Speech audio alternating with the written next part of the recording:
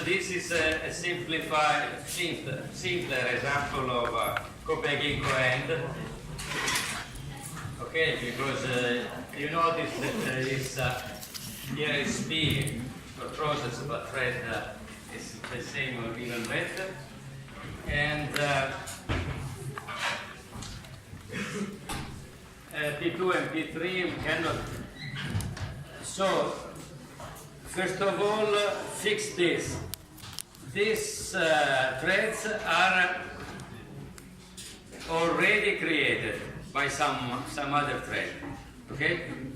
So you have 4 threads in this case, and we want to implement this precedence graph. It means that P4 cannot start, P2 cannot start initially, P3 cannot start, only P1. Okay? Always the precedence graphs will assume that the threads are already there. Okay? So, this is a classic example of Copenhagen end.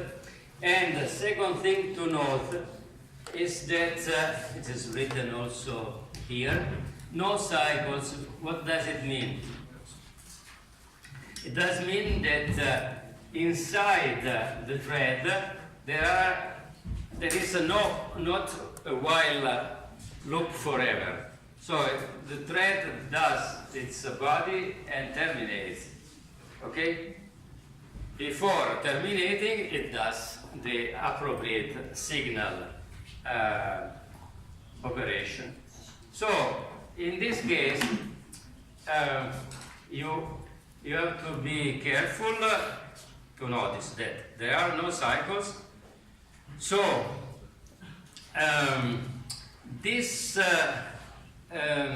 let us begin with P4. P4, as we see, has 2 arrows that are incoming. So it waits 2 signals. We can use 2 semaphores or a single semaphore. As we saw before, a single semaphore is enough here.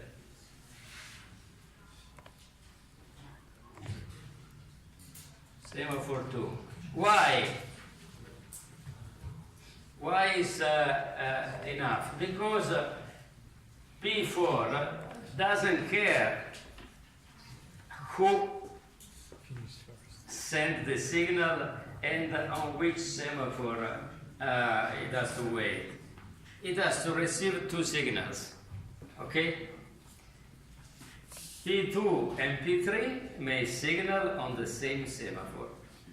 Another thing that is important to underline is that you signal on a semaphore, not to a process.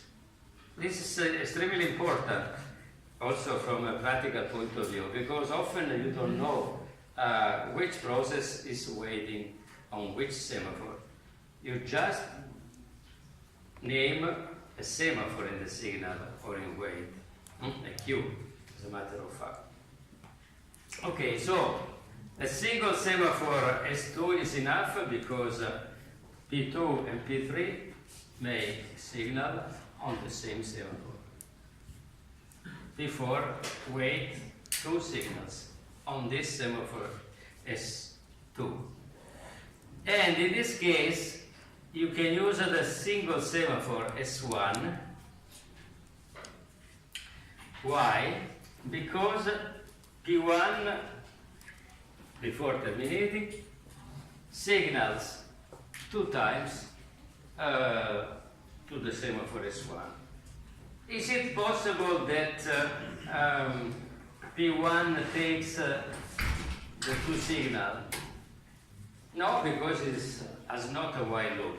So one signal will be used by the wait S1 here, and another signal will be used by the wait S1 here. So the conclusion is this. If you have a precedence graph where the threads are not cyclic, no cycles, you can use a single semaphore for outcoming arcs and a single semaphore for incoming arcs. Okay? Only for not cyclic. Okay?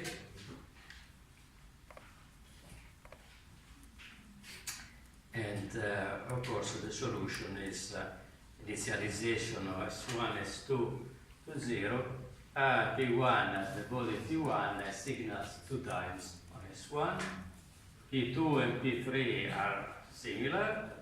Weight S1, body of P2 or of P3. Signal on S2. Weight 2 times P4 on S2 and body of P4. Okay, but remember the rule. Should I write or you got it? For non-cyclic graphs, it is possible to use a single semaphore for outgoing arcs and a single semaphore for incoming arcs.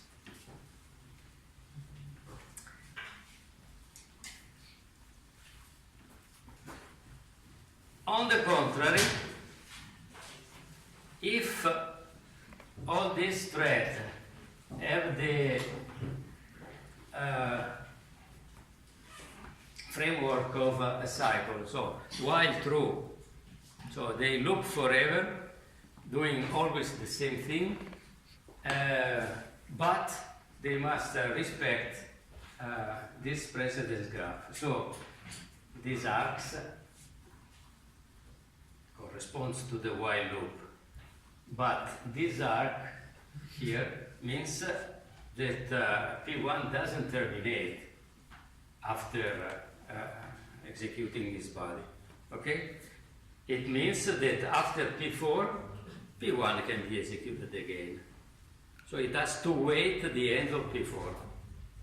Initially, of course, only P1 may run, then P2 and P3, then P4, and again P1, then P2, P3, parallel, and then P4. Okay?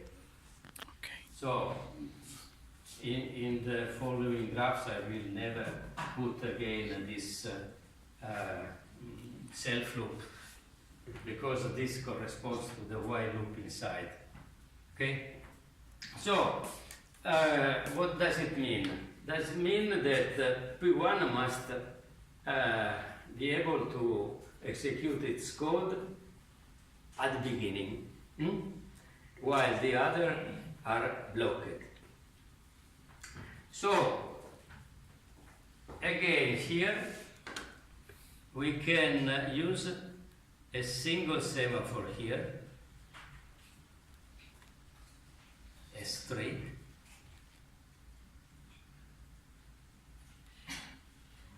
because P2 and P3 may signal on this semaphore, and P4 may wait 2 times for a signal. Then P1, we know that may start immediately, but then, since it is in a while loop, it has to wait at the end of P4.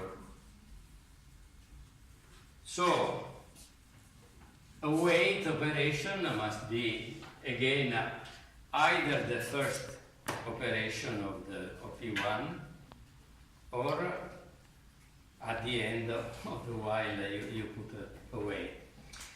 By the way, you need another semaphore here, S0.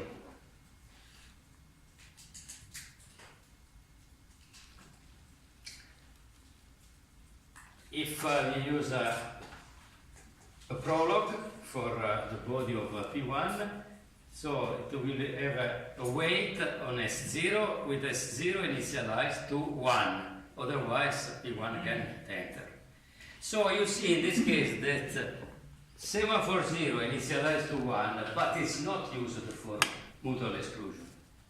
So the initialization and the position of the weight signal imply a different synchronization mechanism. So if we begin with weight S0, but S0 is initialized to 1, S0, I write in this way because it's difficult. Okay? P1 will start immediately, but then, of course, it comes back and has to wait because no one signal. We wait that P4 at the end does a signal on S0. So P4 at the end will, of course, signal on S0. I write S, just S for signal S0. Okay, in this way, P1 can start again, but only after the end of P4. Now, we can suppose that we can use a single semaphore here, but this is an error. It's not the case. You need to use two different semaphores, S1 and S2.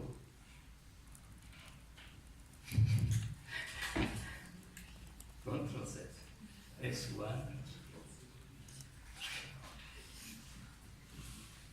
S1, S2. Okay. A nice touch screen would be better. Okay. Why we need two semaphores rather than one? Because if you use a single semaphore, what happens? P1 will signal 2 times. Suppose you have a single semaphore. It would signal 2 times.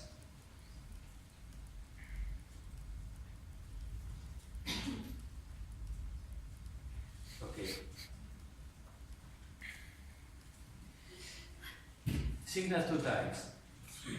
But it would be possible that P2 is much faster than P3, and they are in a loop. So P2 may collect the 2 signals. Okay? So suppose that P2 brings just 2, P3 brings 3, etc. So you would see 1, 2, 2, and 4 as output, rather than 1, 2, 3, or 3, 2, and 4. So is this incorrect? You got it? No? It's simple. If P1 sends 2 signals on the same semaphore, here there is a weight S1. Here there is a weight S1. The same semaphore. But there is no guarantee that one signal is got by this and the other is got by this. This as a loop. So it can get both signals. So it doesn't wait and prints 2 times 2 or 2 times 3. Or maybe sometimes in this loop there will be 2, 3, 2, 3, 3, 2. Okay, nice. But sometimes there will be 2, 2 before 4. So the right thing is to use 2 different semaphores, S1 and S2.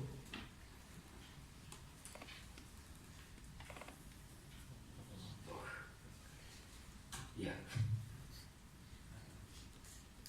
Sorry. Yeah. If P2 and P3 were not cyclic, Oh, can we if use P2 one and semaphore? P3 were not cycled, it's impossible because what happens?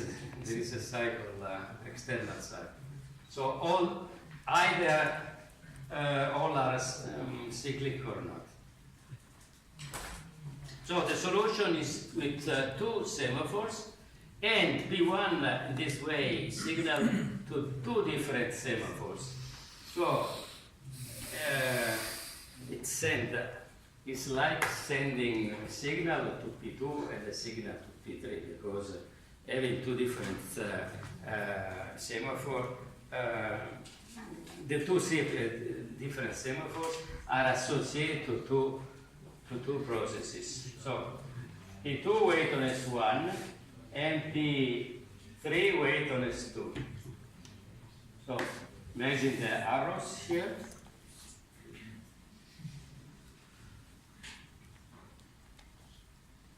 Okay. So you will get the body of P2 and body of P3 in parallel. And finally, both signal on S3, because this is not a problem. P4 waits two signals, then execute his body, and then a signal on S0. Please notice that P1 begins by a wait S0, so S0 must be initialized to 1. So, although these are all semaphore for pure synchronization, in this case you have to initialize S0 to 1. Or you take this wait and put it after the signals and initialize S0 to 0. So the body will be, and the signal will be performed, but immediately P1 will be blocked. Okay? Only when P4 signal on S0, the P1 would continue from here, execute P1, and so on. So, the rule, again, when we are in presence of cyclic processes, for incoming arcs, you can use a single semaphore. But for outgoing arcs, you cannot use a single semaphore, but one semaphore per branch. Okay? So here you have S1 and S2.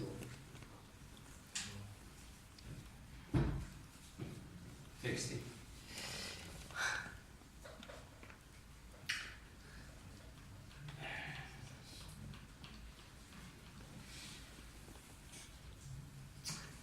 Now, solve this.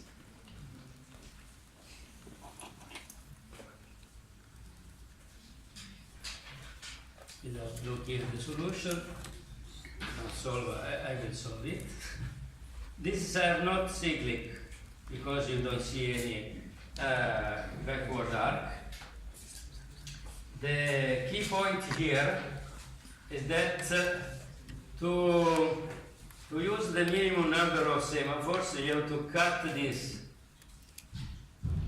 This arc is superfluous because the arcs in the precedence graph mean a sequence operation. So this arc here means that P7 will be executed after P3. But this is implied by these two arcs. So P7 cannot be executed before P5, and P5 cannot be executed before P3. So the first thing that you have to do, if I give you an exercise with this type of precedence graph, more complicated of course, is to cut the superfluous arcs. Then suggest me how many semaphore I have to use here. Single. Just one. Here, another one. S1, S2, S3, S4, S5, and S6. Okay? Why I cannot use the same semaphore one, say this point or this point? That's already been used here. Suppose, can I use S1 here and here?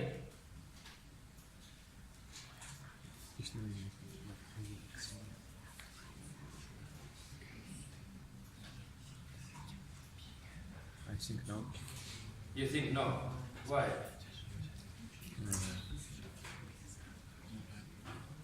Minimum number of semaphores. Repeat the question. Can I use the same semaphore S1 both at this point and at this point? It can receive the semaphore faster than the first. Of course no, because when P1 sends 3 signals, okay, maybe 2 of them are taken by these 2 waves here. So after P1 we would be already P9 running. No. The relationship between threads must be respected. Outgoing arcs, incoming arcs.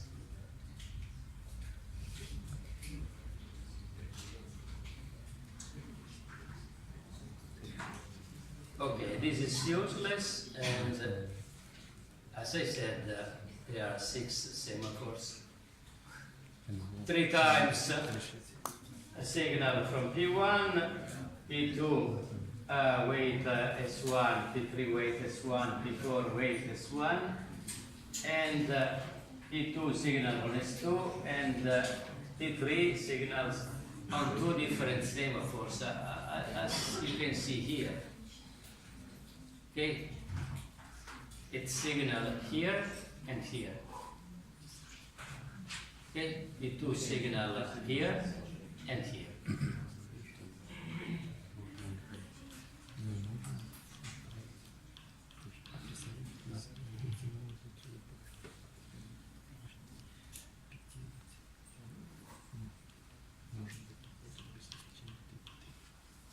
Now, suppose that you have this graph, and as this arc suggests, they are cyclic.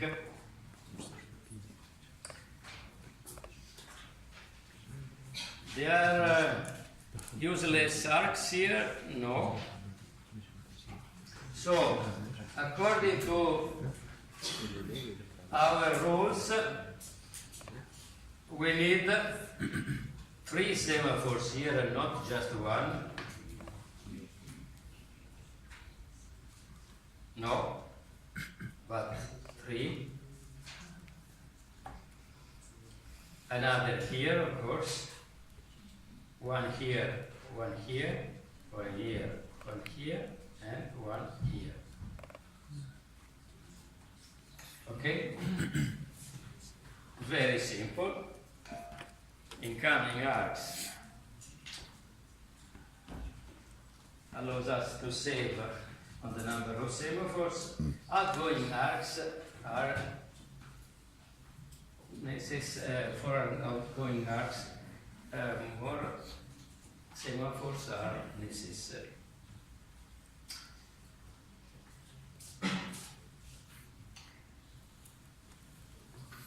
The implementation follows exactly what we said, and as a matter of fact, we have 1, 2, 3, 4, 5, 6, 7, 8, S0, 9 semaphores, all initialized to 0. All initialized to 0, I wrote. Ah, yes, because I put wait as 0 here, rather than at the beginning.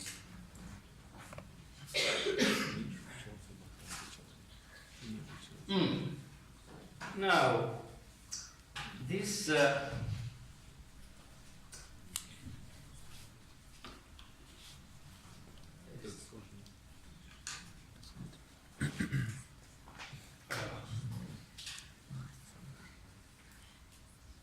this graph, what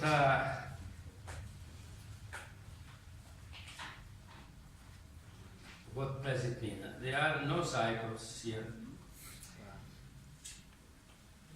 So initially, both P1 and P2 may run in parallel because there is no arc among them. There is no constraint of sequence. Then P3 and P4 must wait the end of both, and P5 must wait the end of P3 and P5. So just me, imagine that we can use one here, a semaphore here, and one semaphore here. It's okay?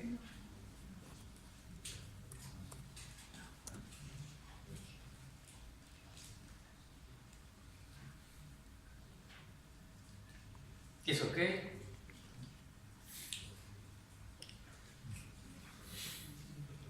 Yes, I don't see any problems. I don't see any problems. Audio P1 signal.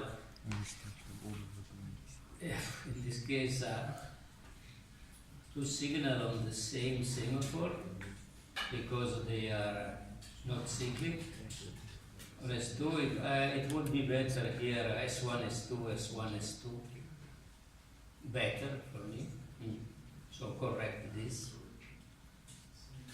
I cannot correct on the fly.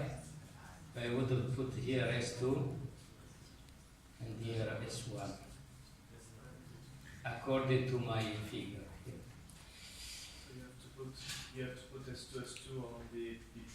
Sure. And S1, S1. Yeah. So it's yes. In this case, P3 must wait on S1 two times, and this S2 two times.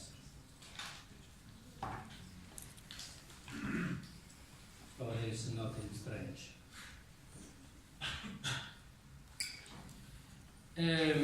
Yeah.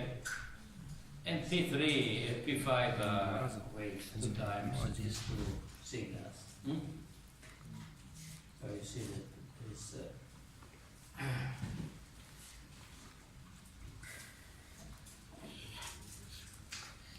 okay.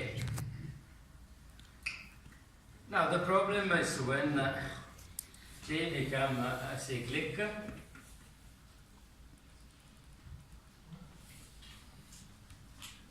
Because we cannot use the same semaphore. So here, according to our rule, we know that we can use a single semaphore for incoming arcs. Again, here a single semaphore. And that's all. Now P1 and P2 have to wait for P5 to signal to them. Can we use a single semaphore or we need a different semaphore? Different. We need a different semaphore. Okay? So P5 send the signal, as a matter of fact, to P1 and P2 because they are associated with different semaphores.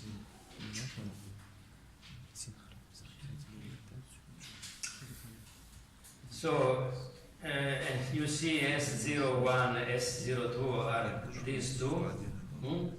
these two guys are S01 and S02. P1 sends a signal on two different semaphores, as you can see here, and the same for P2. And P3 wait on S1 two times, and P4 waits on S2 two times.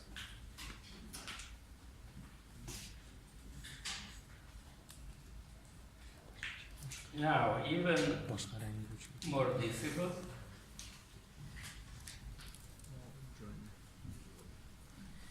So you have this graph, and the filled circles are not processes. As you can see, the processes are cyclic because there is a backward arc. These points here are just a synchronization point. They are not processes. How we can read this precedence graph? We read this precedence graph in this way. We say that P1, P2, and P3 may run immediately. Okay? Then, before P4 and P5 may run in concurrency, they must wait the termination of this tree. Okay?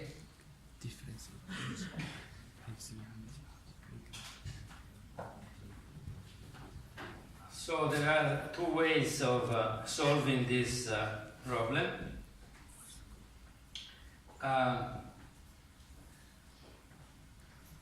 We will follow the first one. Then I will defer the second solution after introducing the reader and writer problem. Okay, so could you please transform in a graph without dots, without filled circles?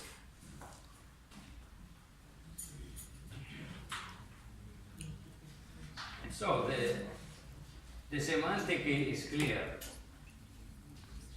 P4 and P5 must wait signals from 3. So try. It's like the last kind of exercise. Each P1 has to send P4 and P5, or P2 and P4 and P5, P3 and P7. Yes. So everyone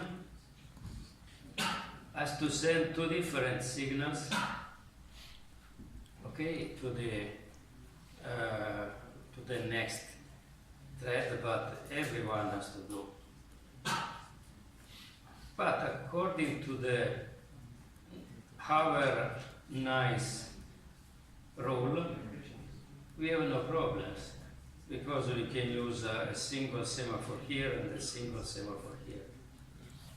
Okay? And for the backward loop, again, we have two processes here, two threads here, that must signal to three threads. So again, let me see if I have done it before. No. I didn't.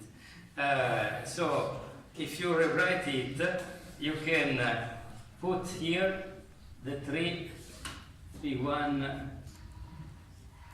P2 and P3 again. Okay. So again here you can do something like this.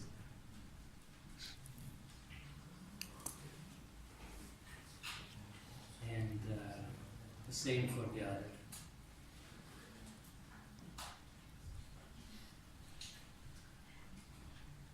What is missing here? Okay?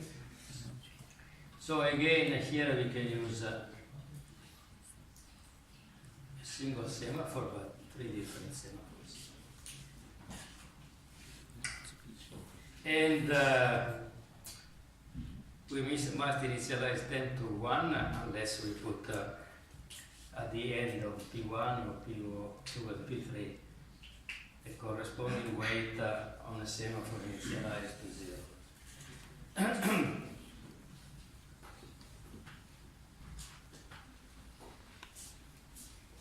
As you can see, the precedence graphs are a compact form of illustrating synchronization. And you can see here that the semaphores are flexible because are able to implement quite different graphs. So here we say that the legal sequence of this precedence graph is P1, P2, and P3, but in mutual exclusion, and then P4 cyclically. Okay? So after P1, you have to execute P3, then P4, P2, P3, then P2 and P4, or P1, P2, P3, and P4. So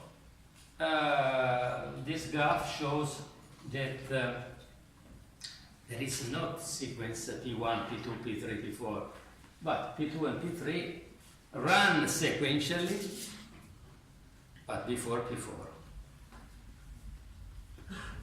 The order depends on the relative speed. So these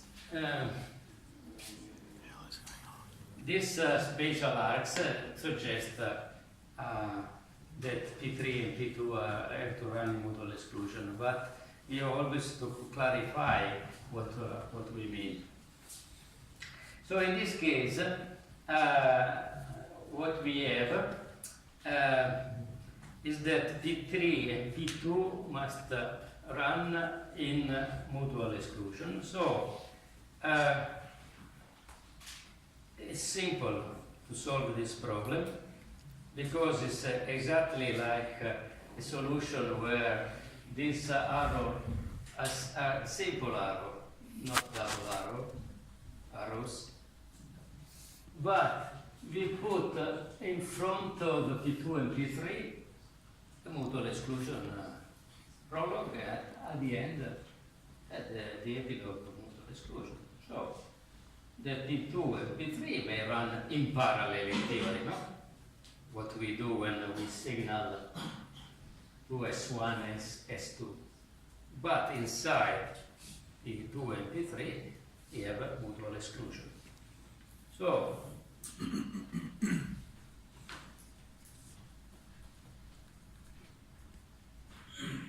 P1 weight S0 for the P1, signal S1, S2, 2 semaphores. Then P2 has weight S1, P3 has weight S2, and a single mutual exclusion semaphore before the body of P2 and P1. So the key point is this one. And this one, of course. So, in this case, if P2 is faster than P3, this time it will execute before. Because before cannot be executed before both have done their signal on S3. Okay?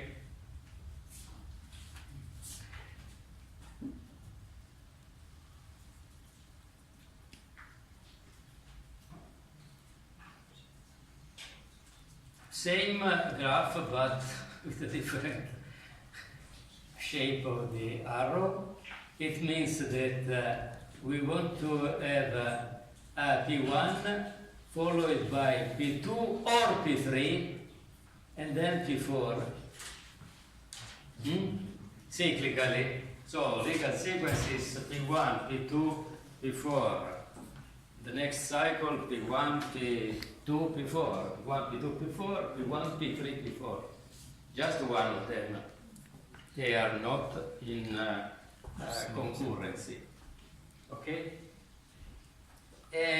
So this is nice because it's simple. What does mean one or the other? Same semaphore. No, just a single signal. So rather than sending two signals, P1 send a single signal. So we don't know which thread will take the signal, because we signal on a semaphore. It's not deterministic. So we have P1 as usual, but it sends a single signal that will be taken by this or by this. One of them will run, it signals on S2, unique semaphore, but again, P4 as a single wave, not two waves, because just one of the two branches is executed. Okay?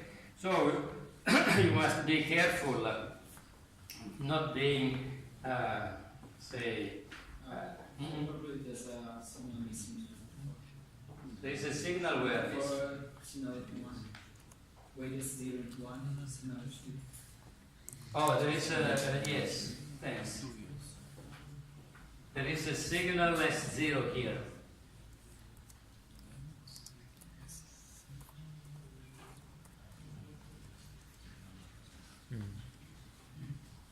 Missing, thanks.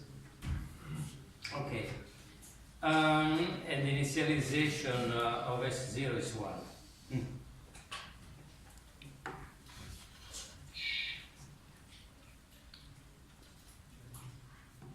Oh.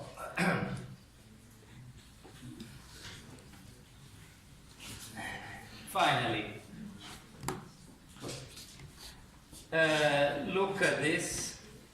What you notice that there are two instances of a thread P2 running. Is it possible? Yes, I said that there is a hidden main thread that has generated 1, 2, 3, 4, and 5 threads. Okay? But 2 times the same. It thread create P2 and P2. There's no problem. So that means that we want to speed up the operation of P2. Okay. Now we put 2 CPUs running P2 because maybe the operation of P2 is more complex than the others. By the way, we don't care about this. So how we force this behavior or we implement this precedence graph? So this is cyclic, and we know that we must use different semaphores. But, capital but, of course, we have a single function for P2, the same code. So we cannot have a different semaphore weight on a different semaphore. So it means that here we will have a same semaphore and here another semaphore. Okay? Because we are forced, it's logical, but we are forced to have the same semaphore because the code is the same. So we will use 2 rather than 3 semaphores, as usual for cyclic processes or threads. Okay, 2 of them, and then how many semaphores here? That's 1, according to the rule. So,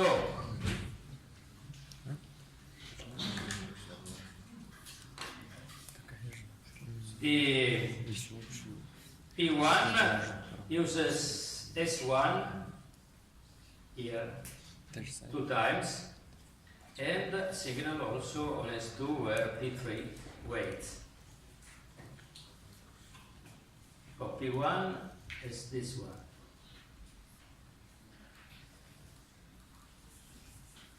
P2 wait, a single wait on S1, but the 2 signals are taken maybe by, no, this is interesting. We have 2 instances of P2. So imagine that we have 2 copies of this. So one signal may be taken by this, and the other taken by the other. Or maybe P2, this instance of P2 is the one that takes both. So if we print the thread identifier, maybe 2 times we'll run this and 0 the other one, or 1 and 1. We don't care because the code is the same, so the behavior is the same. Only the identifier of the thread changes. This P3 waits for its own semaphore S2, and then both signal on S3, and of course P4 waits 3 signals, because there are 2 instances plus 1. Even if this run in a cycle, it signals 2 times. And so this is correct. And finally, I forgot even this. No, this time there is signal S0 is there. Okay? So this gives you still some precedence graphs. And I have to go on with the other.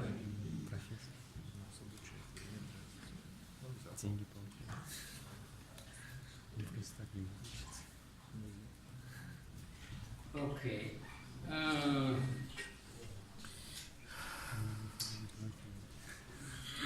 Synchronization protocols.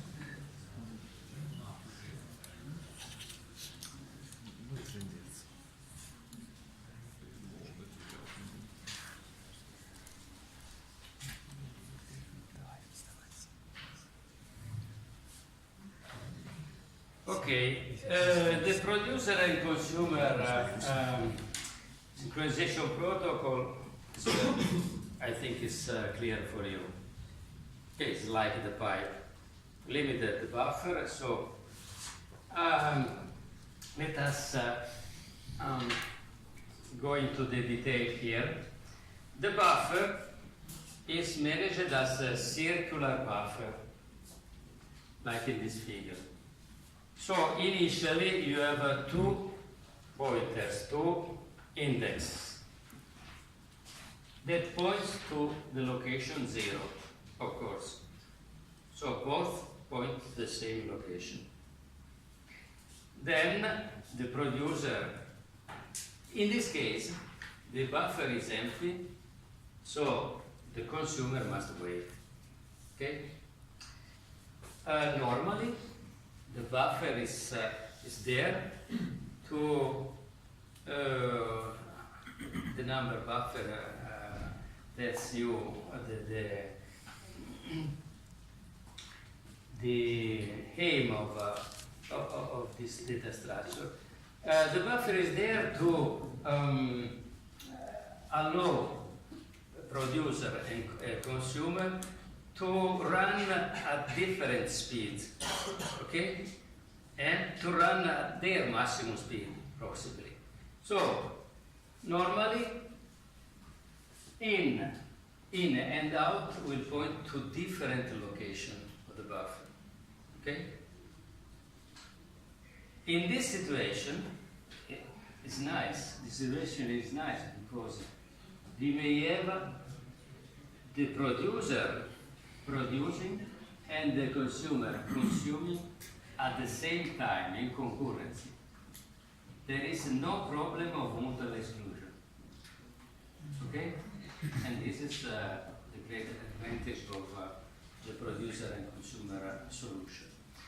But it may happen that the producer is much faster than the consumer, so in, join, out. Again, in this case, we are in this situation, and this is a second synchronization situation. The buffer is full, and the producer must wait. So, as a matter of fact, when in and out point to the same location, one of the two type of processes, producers or consumer, has to wait. So, now, suppose that we have this NQ and DQ operation that implement the insertion and removal of items from the buffer, circular buffer. This is the way of managing a circular buffer with the reminder operation. So suppose that max is 10, okay? So when out reaches 10, so it begins by 0, or in, same. Begins by 0, when it arrives at 9, the buffer is full. So, out plus 1, 10, reminder of the division by 10 is 0. So, with this simple operation, arithmetic operation, we easily obtain the circular movement of the index. Okay, I hope you know and you understand this. Without if out plus 1 equal no, if out is equal n, then 0 otherwise. This simple operation generates the correct movement of the index. So, yeah. Follow me, so that you don't need to understand, to remember, if you understand. So here is a producer, and here is a consumer code. It's a while forever loop.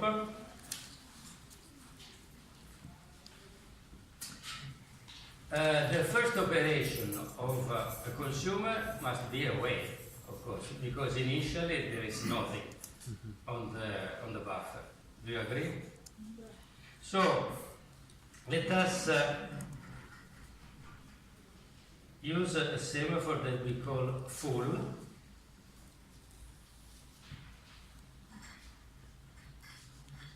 Of course, equal to 0. Initially, the buffer is empty, so the filled position are 0. Oh, well, so initially this is blocked. Let us concentrate on the producer now. Do you remember my little exercise with the while loop? Okay, when we printed. So how many times a producer may produce without being blocked? How many times can it loop? While buffer is full. the dimension of the buffer. So we call it just for max. So we initialize a semaphore empty to max.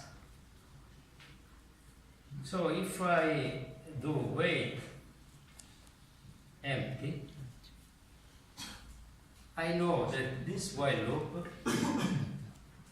cannot be executed more than max time before this producer is blocked. Exactly what I want. So while one wait empty, then you can say here produce an item, then enqueue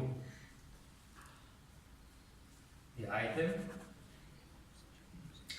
At this point, there is an element, an item in the buffer, so I can signal on full.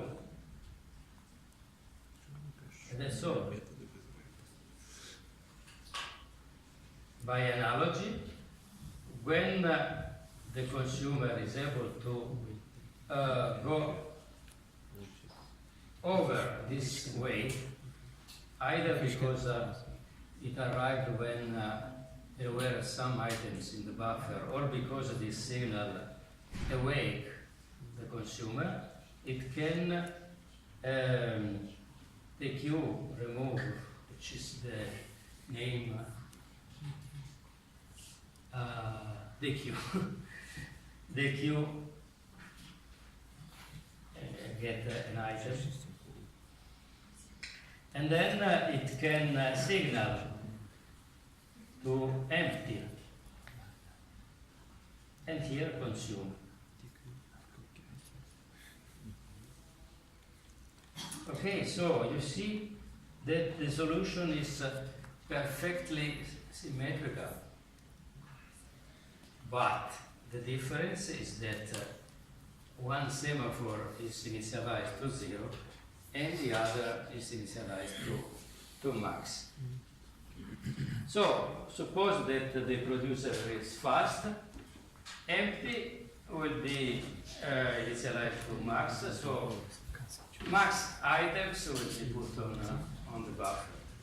Then this wait full will not block the consumer, and it can consume the items.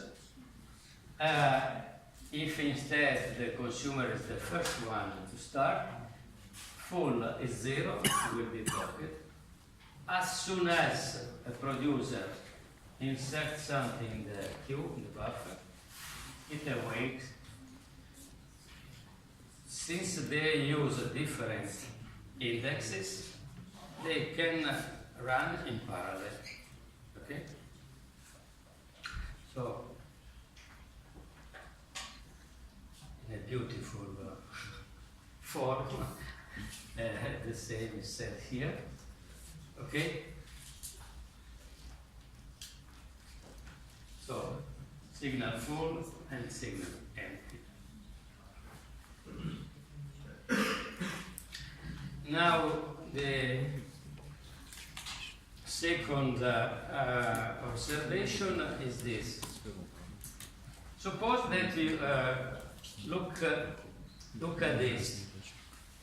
enqueue modifies the in index. The queue modifies the out index. Okay? Suppose that I have 3 producers and 1 consumer. Does this solution work?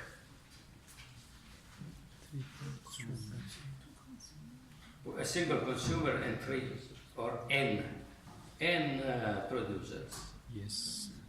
Yes, does it work? Yes. Why does it work? Because, yes, in principle it does work because the producers are blocked when the buffer is full and the consumer blocks. But the problem is that inside this NQ, the threads, producer threads, update the in index. If they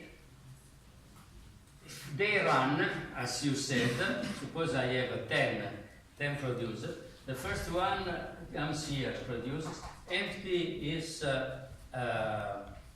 initialized to max. So this weight is not blocking. It enters here. But even the second find empty, it is not 0, so it can enter.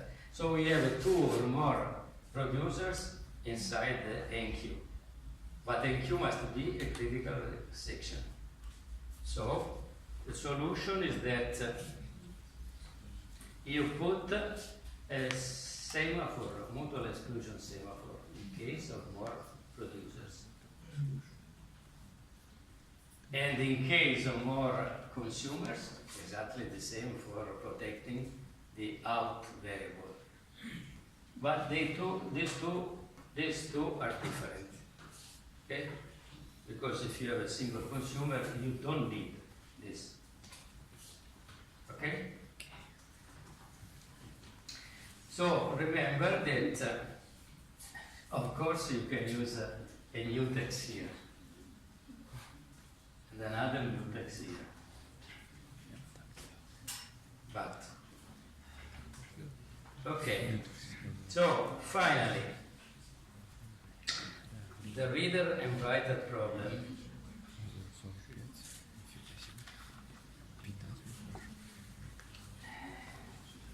The reader writer problem has 2 flavors, 2 versions. In the last exam of operating systems, I verified that nobody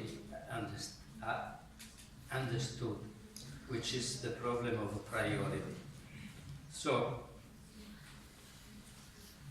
the priority, there are 2 flavors, priority to the readers and priority to the writers. What does it mean? Exactly this. Read. When a writer is writing, okay, suppose that the write operation lasts long time. Of course, we may have several readers and several writers that want to enter the database. So, giving precedence to the readers means that when this writer ends the write operation, we give precedence to the readers. The writers means that when a writer ends, if there are other writers and other readers waiting, we give a precedence to the writer. It's okay? The answer were, when the last reader reads, then the writer can write. No. The key point is when a writer ends. It's exactly at that point that we want to give precedence to one or the other class. The solution reader and writer is not simple. So it's better that you remember it. But if you follow me, you can understand easily the solution. You see that read and write are critical sections, because of course the readers must read in mutual exclusion. The writer can read in concurrence instead, but in mutual exclusion with the writer. So, to understand this solution, you have to begin ignoring these this critical section. You see, there are 2 nested critical sections. So far, ignore this. So this is a normal modal exclusion. If the readers are not interested, the writer write a modal exclusion. Do you agree? Okay. W is initialized to 1. Okay? That's all. Now, suppose that the writers are not interested to write. Of course, the solution must be correct for the readers, which is the specification for the readers. They can read the modal exclusion, in concurrency. Okay? So, this semaphore, again, the second question in the exam was, which is the meaning of these semaphores? This semaphore is for protecting this variable. NR initialized to 0. NR indicates the number of readers inside the critical region. Okay? So, since there are many readers that can read in concurrency, they can enter here and manipulate or test NR. So this must be performed in modal exclusion. This is the function of this prologue and epilogue. Okay? So this prologue is extremely interesting because it can be used for other solutions, not only for reader and writers. It's a template for you. You must remember this template because it's easy to understand if you read this in this way.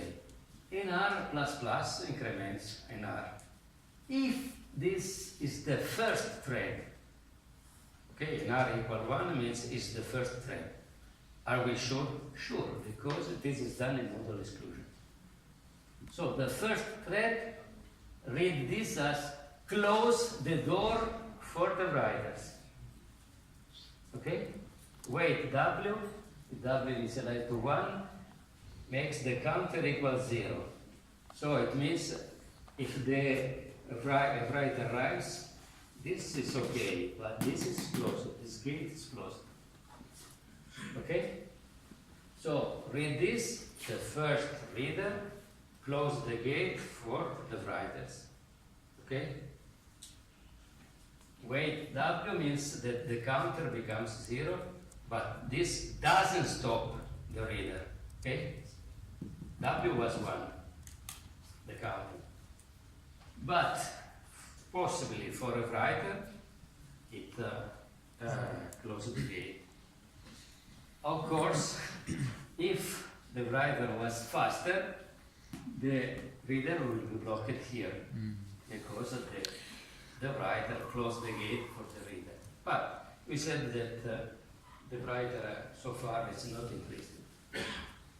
So this is not blocked, it release the modal exclusion and read.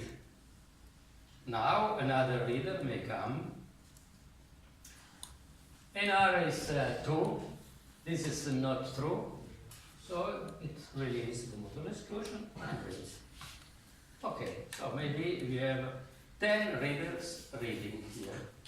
Then at that time, again, in modal exclusion 1, let us read, decrements the counter, and this is not true, so release the modal exclusion and terminate. Only the last reader open the gate for the writers. Or simply put the counter of W exactly at the initialization value to 1. Okay? Now, so far we analyzed the two class of threads independently. Now, suppose that we are in the situation that I illustrated initially. So this is the solution for precedence to the readers. What does it mean, presence of the reader? That we are here. A writer is writing. Okay? Suppose that this semaphore are not here. Which is the value of the counter of W?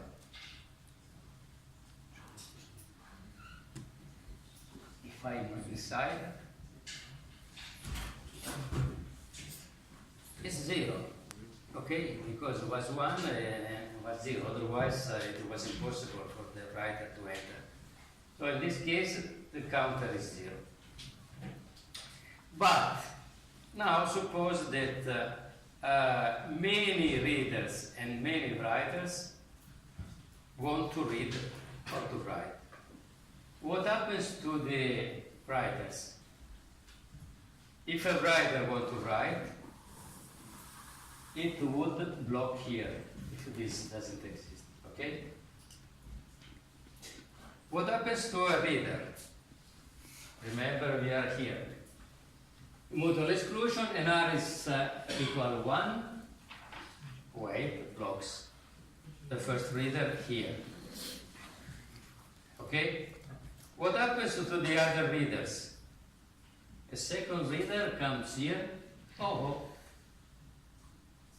the mutual exclusion gate has not been it's closed because this signal has not been performed. So all the other readers will be blocked here. Okay? But the first reader is blocked here. Okay? Now, it means that we have maybe several writers blocked here, if this doesn't exist. And one reader blocked here and the other readers blocked here. What happens when this signal W is performed, so at the end of the write operation? We don't know if a reader or a writer will be executed, because on W depends on the order of arrival on the queue. That's the fundamental meaning of this mutual exclusion here.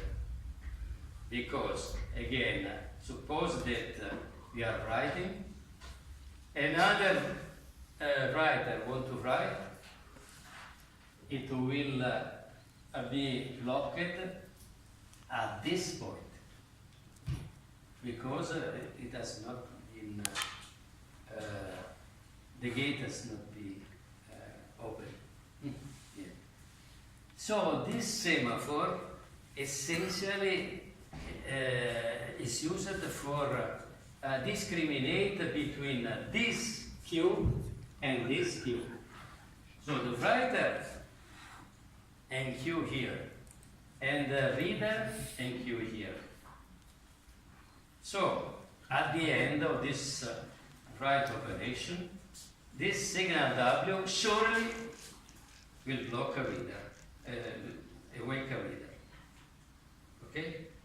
Not a writer, because the other writer are here.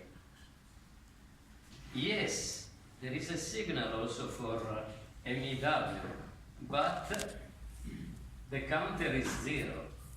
So the next writer will block here. And it will enter its write region only when there are no more readers. What happens to the readers after this signal? The signal awakes the first reader that was blocked here.